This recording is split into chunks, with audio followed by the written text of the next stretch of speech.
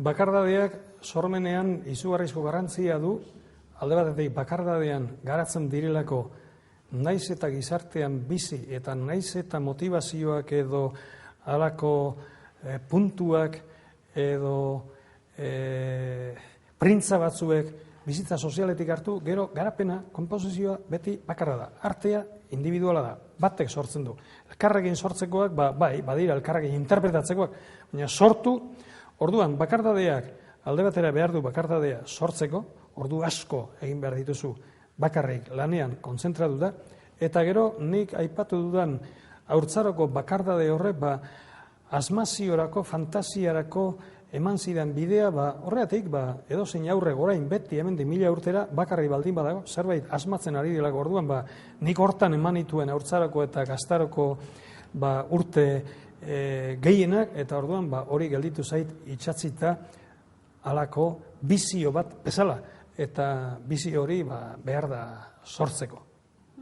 Tristura sortzailea baino gehiago batzuetan da zanpatzailea, baina tristura da sortzen denari beste kolore bat eman diezaiokena.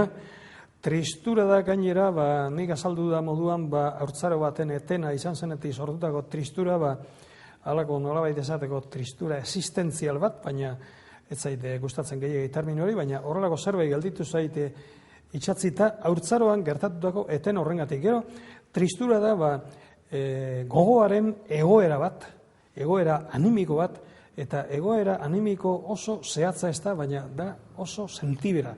Tristura oso sentikurra da, oso sensiblea da.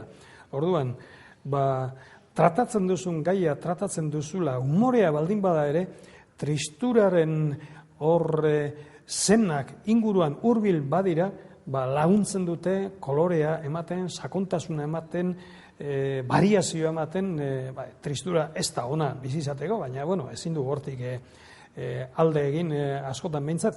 Orduan, tristurak ez dagoa zerikusirik depresioarekin, beste kontu bat da.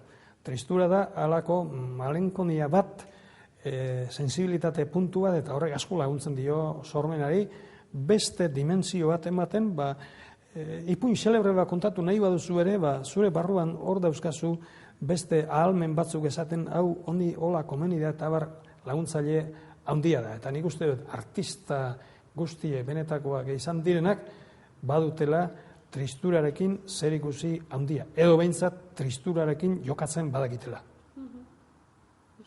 Datu mordo bat eman dizkigute, eta behar bada da, realidade bat askotan, jabetze ezgeana, ez da?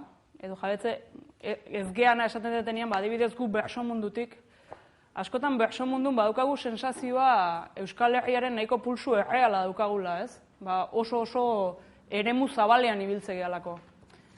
Baina era berian gure ikuspegia oso partziala ere bada, gu eremu oso zabalean ibiltzen geha, baina oso jende zehatzakin, ez? Eta gu igual Galdamesea jute geha eta hango euskaldunekin eote geha. Edo jute geha Tafallara eta hango euskaldunekin eote geha. Eta horrek distorsionatu dezake begira da, ez? Eta pentsatu dezakezu, ez gaude hain gaizki, ez? Eta hortik diot, pixkat hemen panorama orokorra pixkat areago begiratzen hasita, ezkor edo bukatu nula. Ze uste dut guk bersotatik ikuspegi partziala daukagun bezala, orokorrian ere nahiko ikuspegi partziala daukagula orokorrian kulturaz edo euskal kulturaz, ez? Edo euskal herriaz beraz ere.